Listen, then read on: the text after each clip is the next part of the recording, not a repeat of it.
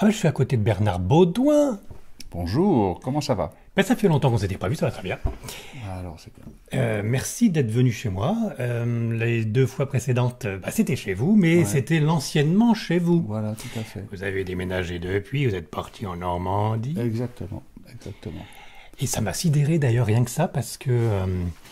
Bon, alors si vous connaissez pas Bernard Baudouin déjà, on va le faire, on va le faire. Si vous connaissez pas Bernard Baudouin, vous regardez mes deux précédentes interviews avec Bernard, et puis vous jetez un coup d'œil sur Internet, vous allez vite comprendre que ce gars-là a étudié et retranscrit sur 140 livres tout ce qui concerne la spiritualité, l'extrasensoriel et le paranormal. Je fais court, mais... Pas tout. Mais pas tout le monde n'en est pas loin. Donc d'une grande sagesse, cet homme-là est d'une grande sagesse. Et donc disais-je, on s'est vu deux fois, et vous me disiez à la fin de l'interview de la deuxième fois que vous alliez quitter bientôt cet endroit, qu'il fallait aller ailleurs, que vous sentiez que il y avait du changement dans l'air. Et puis, paf, on a eu la Covid. Dites donc, entre-temps, vous avez prévu le coup avant, c'est fabuleux. On vous a prévenu ou pas? Non, c'était un besoin qui était latent depuis un certain temps de prendre des distances, c'est tombé de retourner pile en poil. pleine nature, et donc voilà, quoi, donc ça c'est bien tombé. Ah oui, oui, oui. Parce que, en plus d'être sage, en plus de réfléchir sur pas mal de choses étranges et mystérieuses, voire invisibles, Bernard Baudouin est connecté. Ah, on peut le dire. Vous êtes connecté au moins tous les lundis. Car depuis des décennies, le lundi, vous laissez un temps d'écriture, mais d'écriture automatique. Oui, tout à fait. C'est-à-dire que bon, c'est pas forcément très régulier, mais effectivement, je reçois des choses. Ma main se met à écrire toute seule sans que je sache de quoi il va se passer, quel va être le thème, et en général, il arrive des choses intéressantes. Et ça va être très intéressant d'écouter Bernard Baudouin exceptionnellement. Je vous présente vite fait ce que j'ai eu le plaisir de voir sur 2h45. Ce film documentaire, mais enfin axé sur votre personne et sur votre savoir, à la rencontre de Bernard Baudouin. Le titre dit tout. Un film de Jérôme Cécile Offray, que je salue et que je félicite. En plus, c'est pratique, c'est sur une clé USB, ça se voit partout, tout ça, c'est tranquille. Donc là, déjà, on en sait plein sur Bernard Baudouin, mais on en sait encore plus plein sur ce qu'on fait sur Terre et ce qu'on doit estimer être intéressant de vivre. Et puis, dernièrement, vous avez sorti un peu la déclinaison de l'affaire et des écritures automatiques, puisqu'il y a des écrits d'écriture automatique qui sont retranscrits dans la deuxième partie du livre. Ce livre-là, Filament d'éternité. Oui, tout à fait, qui est un peu un livre de témoignages sur des contacts, effectivement, la possibilité de communiquer dans plusieurs dimensions, et puis qu'est-ce qu'on en fait, et des voyages un petit peu particuliers aussi, hein, et puis donc il me semblait nécessaire de pouvoir transmettre tout ça, parce que je crois qu'il y a plein de choses intéressantes, plein de choses à prendre. Après, chacun apprend ce qu'il veut, bien évidemment, hein, comme d'habitude. Moi, je n'ai pas de choses à imposer, j'ai rien à vendre à ce niveau-là. Mais voilà, donc ça m'a semblé des choses intéressantes, et donc voilà, ça existe. Bernard Baudouin qui n'a rien à vendre et qui, en plus, dans ce livre, insiste lourdement sur le principe du don. Que, voilà, on doit penser au don.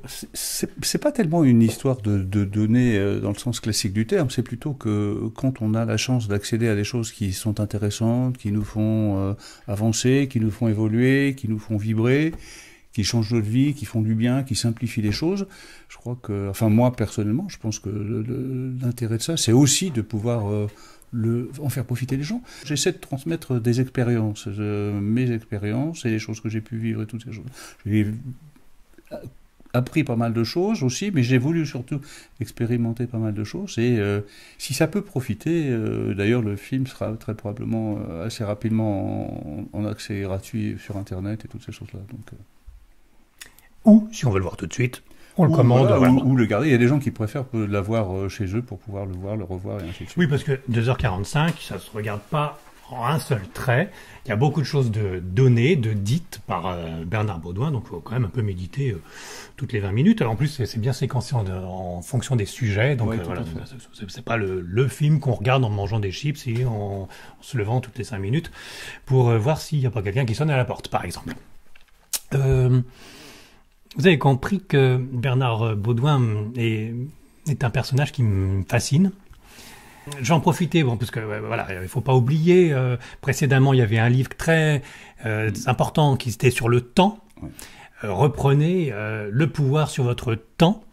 Dans le film, vous en parlez aussi, dans le livre, donc Filament d'éternité aussi. C'est-à-dire que le temps humain, on l'oublie, plus ça va, plus tout va vite, et on oublie notre propre machinerie humaine où le temps, il faut se donner du temps.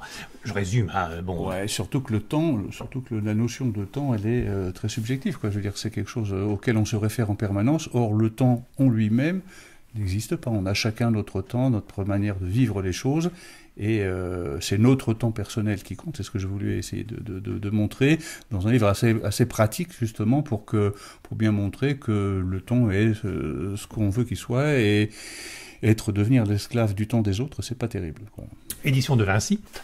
En résumé, sur d'autres mondes, et même y compris dans le nôtre, le matériel, il faudrait penser, voir le temps différemment, et ne pas mettre sur une succession le passé, le présent, l'avenir, mais les incorporer dans le même temps qui n'existe pas. Bah, oui, et puis bon, les notions de passé, de présent et d'avenir, c'est pareil. Je veux dire, quand on regarde bien toutes les choses que vous avez pu vivre jusqu'à maintenant, ou toutes les choses que vous vivrez après maintenant, c'est toujours et encore des choses que vous vivez au présent.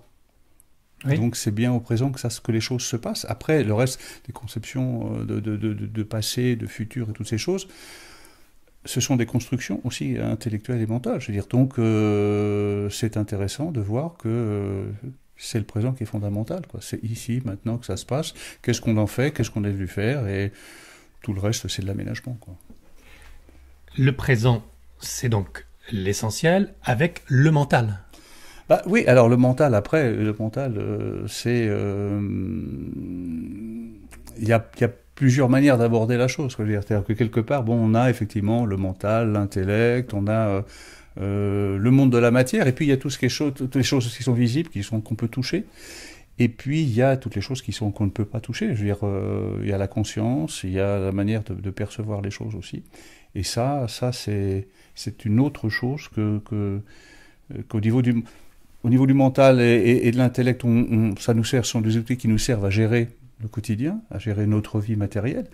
Mais la conscience, elle va beaucoup plus loin que ça. Donc c'est ce que j'essaie d'expliquer aussi, que on a d'une part toutes les choses concrètes, hein, notre corps, le mental, l'intellect, l'ego, et puis on a plein de choses qui sont pas concrètes du tout, qui sont immatérielles, qui sont la conscience, les pensées et toutes ces choses. Et là, quand on extrapole ou qu'on cherche un peu, bah oui, effectivement, il y a des contacts, on a des réponses, on a des perceptions, sensorielles avec nos 5 sens, puis on a des perceptions non sensorielles, extrasensorielles.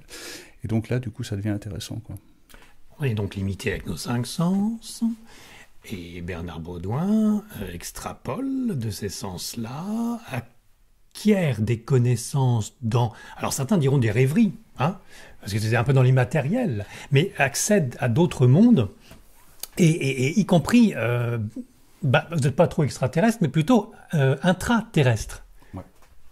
Ouais, tout à fait. C'est une chose que moi j'ai expérimentée d'une manière un peu particulière, effectivement, avec des moments où, dans un état de conscience particulier, je voyage un petit peu, comme on dit, dans une dimension où effectivement l'énergie n'est pas la même, enfin tout est énergie en fait, et donc il y a des informations qui passent, il y a des initiations, il y a de la vie. Il y a de la vie, bien sûr, il y a de la vie, ça vibre beaucoup, mais ça vibre en tant qu'énergie, c'est-à-dire que tout ce qui s'y passe, c'est de l'énergie, donc c'est du son, c'est de la lumière, ce sont des vibrations, et à partir de là, au travers de ça, eh ben, effectivement, on peut percevoir des choses, on peut voir des choses, on peut participer à des choses, et c'est ce que j'ai essayé d'expliquer dans Filament d'éternité. Je suis pas le seul, hein, je veux dire, ça fait longtemps que les anciens parlaient de ça, que les initiés aussi parlent de ça, sur le fait qu'on peut percevoir des choses en dehors de notre monde matériel, et donc ça me paraissait intéressant d'expliquer un petit peu comment ça se passe, et puis ce que j'avais déjà commencé à faire dans les livres sur le voyage de l'âme, en expliquant qu'au-delà de notre dimension-là, bon, il y a d'autres sphères, Et qu'en fait, nos cinq sens sont, et la science le dit aujourd'hui, nos cinq sens sont très limités, quoi. Bon, mais la science donne aussi une définition de la vie. Là, on Bien est en sûr. dehors de cette vie-là. Enfin, la vie intra-terrestre, ça rentre pas dedans. La science donne des définitions par rapport à ce que, concrètement, elle peut définir et reproduire. Donc c'est réducteur. Donc voilà, donc ça c'est du savoir. C'est du savoir. Moi, je fais beaucoup la différence entre le savoir et la connaissance. La connaissance, c'est l'expérience, et le savoir, c'est tout ce qu'on amalgame. On peut être très très très savant, mais pas forcément avoir une conscience très développée. Ça me fait penser à Swedenborg, qui est lui aussi ce grand philosophe suédois du XVIIe siècle, si je ne me trompe pas trop, se promenait de planète en planète et trouvait de la vie. Alors qu'on sait bien que, bon, il n'y a pas la véritable vie comme on l'a dans une façon conceptuelle avec nos cinq sens, mais il y avait des Vénusiens, il y avait des Martiens, et il discutait avec. Et là, l'intraterrestre, donc à l'intérieur de la Terre, ce que vous vivez, c'est un peu la même chose. C'est avec c'est pas forcément des êtres, c'est peut-être des esprits, des entités, enfin je ne sais pas. Mais en tout cas, c'est des énergies, comme vous dites, qui apportent des connaissances. Ce sont des énergies qui sont vibrantes. Moi, j'appelle ça des entités, en fait, et ça vibre, ça communique, ça voyage, ça effectue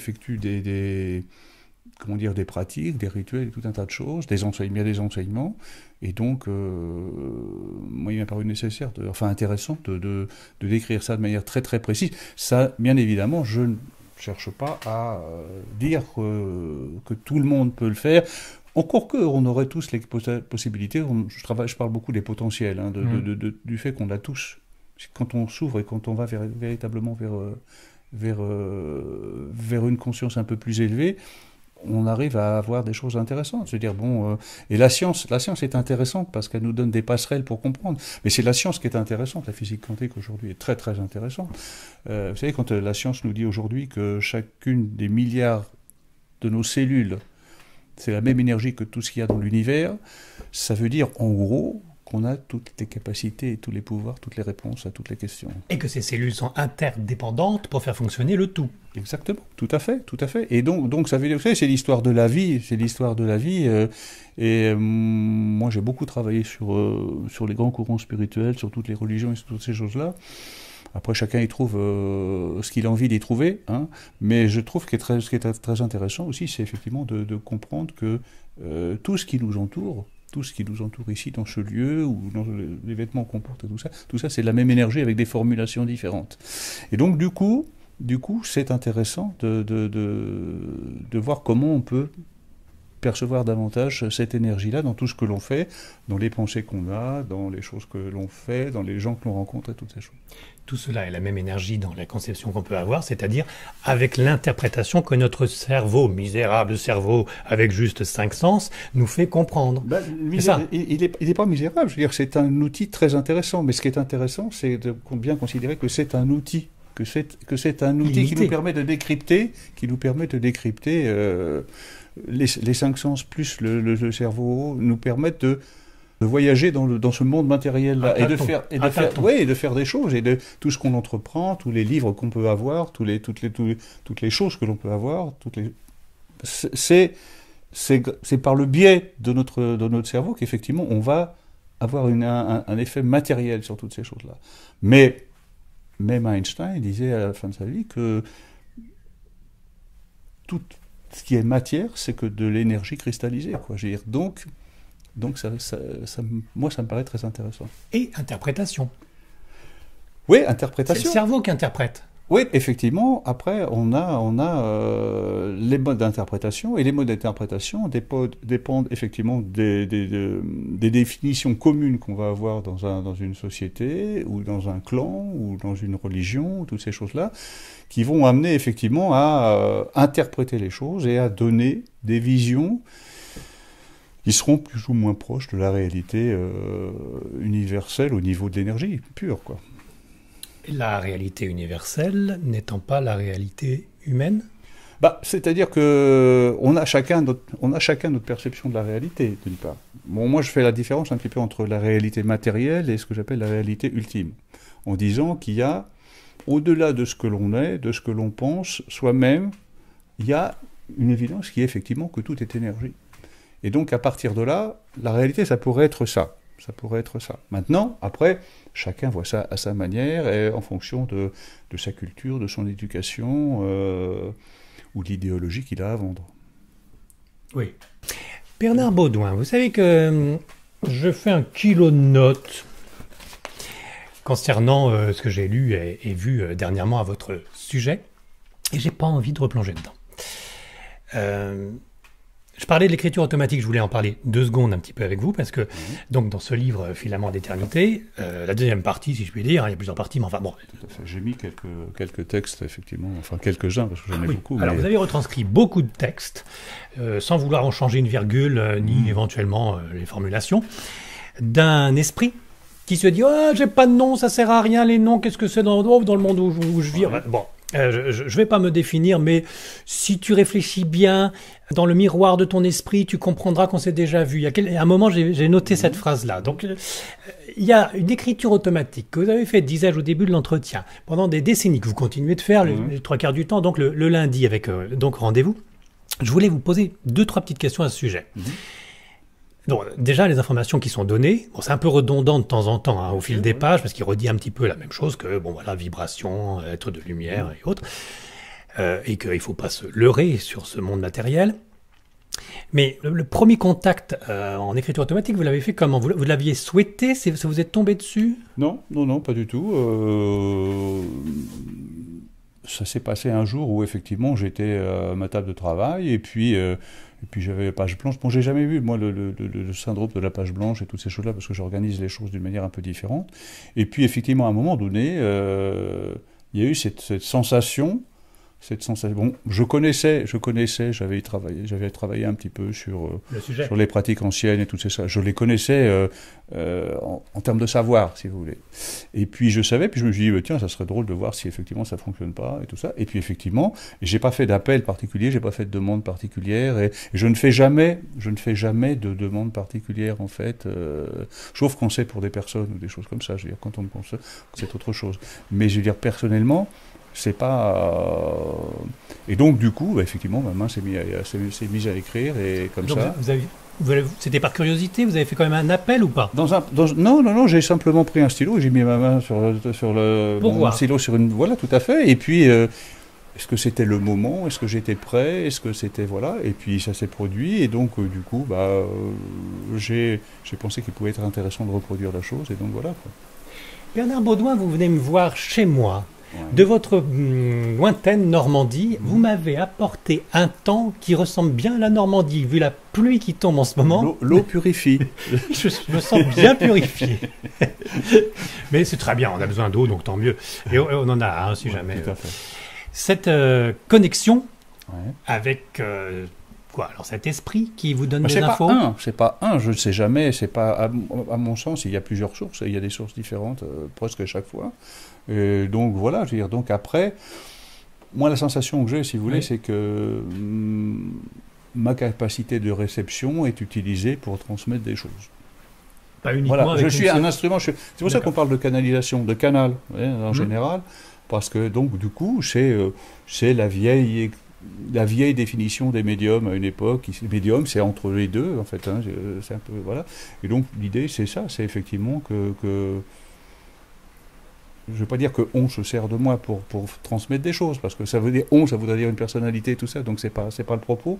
Mais je veux dire, les faits montrent que, effectivement, ma main se met à écrire et écrit des pages et des pages avec des choses qui sont quand même assez intéressantes, je trouve, ou spirituelles, ou philosophiques, ou des choses comme ça. Mais alors, si vous dites pas on, vous dites quoi? Parce que vous le dites souvent dans les conférences ou dans les interviews, qu'on a 60 000 pensées par jour. Oui, tout à fait. Faut savoir d'où ça vient aussi. Oui, tout à fait. Alors l'écriture automatique, encore plus. Sauf que les pensées qu'on a sont des constructions du mental. C'est pas la même chose. Peut-être pas que. Peut-être pas que, mais il y a aussi tout ce qui est de l'ordre de l'intuition et toutes ces choses. On reçoit des enseignements aussi, on a des signes aussi qui nous permettent d'avancer et de décrypter un petit peu ce que l'on est ou ce que l'on fait. Donc moi, quand je dis on, c'est simplement parce qu'il y a, disons que, pour moi, il y a une source intelligente, si vous voulez. Et donc ça se traduit par effectivement, comme moi je suis un homme de mots, j'écris depuis très longtemps, ça passe par le langage, quoi. D'autres personnes vont voir des choses, d'autres personnes vont entendre des choses. Moi je vois des choses quand je fais des choses dans d'autres dimensions, mais sinon, à ce niveau-là, moi ça passe par l'écriture parce que je suis un homme de mots et donc c'est peut-être plus simple que je sois un outil qui est écrit. Vous transmettez une information d'une source intelligente, c'est ça, Ouais, hein? tout à fait, ouais. Qui n'est pas forcément la même au niveau de notre conception humaine, Ouais, hein, tout à c'est-à-dire fait, pas ouais. forcément le même esprit, mais Tout à fait. c'est toujours la source intelligente qui donne des informations. Je vous le présentais comme ça, vous êtes plutôt un prophète? Non, pas du tout. Pas du tout. Alors là, pas du tout. J'ai absolument pas ce propos-là, ni un prophète, ni un maître, ni un gourou, ni un thérapeute, rien de tout ça. Je suis quelqu'un qui vit des expériences, qui écrit depuis longtemps, hein, depuis plusieurs décennies maintenant, et avec des choses qui apparemment, moi, m'ont éclairé et me font du bien, éclairent et font du bien à certaines personnes. Donc je suis dans une dynamique de transmission, et Juste, voilà, quoi, juste c'est ça. tout. Donc c'est tout, et j'ai pas de propos à ce niveau, pas d'autres, sinon je sais que certains, effectivement, bon, utilisent ça d'une manière ou d'une autre pour effectivement, comment dire, comment le dire de manière Diriger. très soft. Diriger. Oui, non, oui, pour diriger, ou simplement pour leur bénéfice, quoi, je veux dire, donc voilà, quoi. Oui. Après, c'est chacun, vous savez, dans toutes ces choses-là qui sont un peu spirituelles, c'est pas les autres qui déterminent ce que vous êtes, c'est vous qui déterminez où vous mettez la barre au niveau de l'éthique. C'est tout. Le reste, après, chacun fait son choix, chacun fait... tout est à sa place, tout est bien, et voilà, quoi. Vous savez, moi je suis pas journaliste, je vérifie pas mes sources. Mhm. Vous êtes en train de me dire un petit peu la même chose, c'est-à-dire vous avez des sources, mais vous les Ouais. vérifiez pas, vous transmettez ce que la source donne. Tout à fait. Moi, il y a des choses qui me paraissent intéressantes et moi, j'apprends des choses et je reçois des choses et des choses qui me paraissent intéressantes, quelquefois plus qu'intéressantes. Et quand je les communique à certaines personnes, apparemment, ça fait le même effet. Et donc, ça me paraît intéressant de dire aux gens, bah, écoutez, j'ai rien à vendre, mais regardez, voyez, essayez, voyez, faites des choses. C'est comme dans les pratiques, de tout un tas de pratiques, dans les accompagnements ou les transmissions que je fais. Je veux dire, je propose aux gens des pratiques ou des choses comme ça. Je leur dis, bah, essayez, ça fait du bien à plein de gens depuis 10 ans, 50 ans, depuis des siècles. Les anciens disaient ça, machin. Essayez, plutôt que de porter un jugement sans savoir, ce qui est souvent le cas aujourd'hui. On ne va pas parler des réseaux sociaux. On est dedans, alors, non? Enfin, moi je veux bien si vous voulez, mais bon... Non, mais voilà, quand on voit les commentaires, oui, effectivement, c'est un peu affligeant. Les commentaires qu'on peut avoir. Bon. Voilà, mais à partir de là, donc c'est pour ça que je dis, c'est l'expérience. Et Bouddha disait, ne croyez en rien de ce que je vous dis que vous n'expérimentiez. Donc c'est aussi simple que ça. Alors on considérera Bouddha comme une référence ou pas. Bon, il y en a plein d'autres dans toutes les religions ou dans toutes les pratiques, mais la réalité, elle est là. C'est pas comme si je disais, moi je pense ça, j'ai fait ça, il faut que vous pensiez ça. Donc on va pas parler non plus des dérives. Non, mais mettons-nous à la place du gars basique qui s'appellerait Yann Eric et qui a une conception catholique hyper catholique. Ouais. Est-ce qu'il ne pourrait pas dire que ces informations qui viennent avec cette source spirituelle feraient plus de mal que de bien? Alors, qu'est-ce que je pourrais bien vous répondre? Je vais peut-être vous répondre. Je ne voudrais pas faire du frontal. Allez-y. Je ne sais pas. Est-ce que je peux pas me leurrer, moi, en ayant envie de suivre ces conseils, ces informations, et tomber dedans? Sauf que moi, j'ai rien à vendre à ce niveau-là. Au niveau idéologique, c'est un petit peu la mais la différence. source. Oui, non, mais attendez, je finis. Parce que ce que je veux dire, c'est que, quelque part, je mets toujours un point d'honneur à expliquer que chacun voit ça à sa manière et non pas à ma manière. Si effectivement vous considérez que la source n'est pas crédible ou que ce livre-là est plein de choses qui sont très bizarres et qu'il faut que j'arrête de fumer la moquette, il n'y a pas de souci. C'est pas mon propos, hein. Il n'y a pas de souci. Maintenant, effectivement, pour répondre à votre question, moi je pense aussi qu'effectivement, au jour d'aujourd'hui, quand là je vais être un peu direct, mais quand on explique aux gens que le monde a été créé en 6 jours, j'ai j'ai un petit peu souci à adhérer. Maintenant, je pas peux imaginer. Le temps n'existe pas. Oui. Oui, non, mais ce qui m'intéresse, c'est ce qui se passe le dimanche, quoi, je dirais. Bon, néanmoins, vous voyez le côté sous-jacent, diablerie de l'information. Mais alors, attendez, je comprends très bien, d'autant plus que il y a très longtemps, je me suis intéressé éventuellement aux choses un petit peu ésotériques et toutes ces choses-là, avec les dérives qu'il y a eu, les choses en médiumnité avec les esprits, les tables, les machins et tout ça. Je sais très bien, et je sais très bien la connotation qu'il y a derrière tout ça.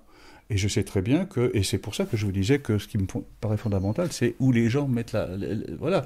Il y a des gens qui font, avec ces pratiques-là, qui font énormément d'argent. Oui. Pourquoi pas? C'est leur truc. Maintenant, si les gens qui y vont adhèrent, pourquoi pas? Je veux dire, il y a pas de souci. Tout est bien pour chacun.